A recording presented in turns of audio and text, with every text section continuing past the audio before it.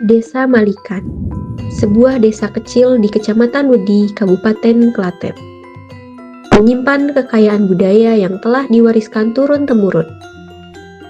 Salah satu tradisi yang masih bertahan adalah kerajinan gerabah. Salah satu pengrajin gerabah yang masih aktif adalah Ibu Warsini. Sejak tahun 2014, beliau memulai pekerjaannya sebagai penghalus gerabah.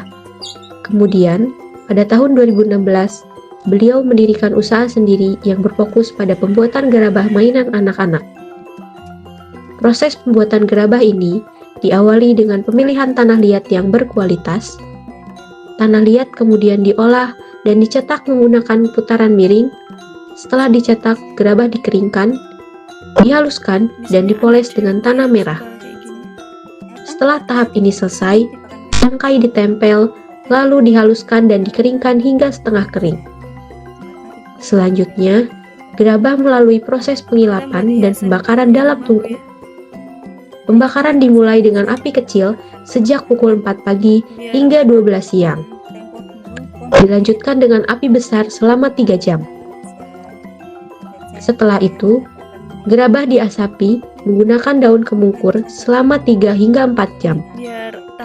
Setelah dingin, gerabah siap dikemas dan dikirim kepada pelanggan.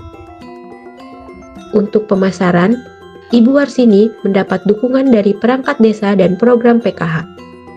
Dalam satu pesanan, beliau mampu memproduksi sekitar 100 buah gerabah. Dengan waktu penghalusan selama 3 hari, harga gerabah pun bervariasi, mulai dari 3.500 hingga 5.000 per buah, serta paket seharga 20.000 per set. Jenis gerabah yang diproduksi pun beragam, mulai dari tempat sambal, wajan mini, teko mini, hingga tempat sesajen untuk ritual tradisional. Ibu Warsini berharap generasi muda terus menjaga dan melestarikan tradisi ini. Baginya, mempertahankan warisan nenek moyang bukanlah hal yang mudah. Diperlukan kreativitas, kesabaran, dan tekad yang kuat agar kerajinan gerabah tetap hidup dan dapat diwariskan kepada anak cucu di masa depan.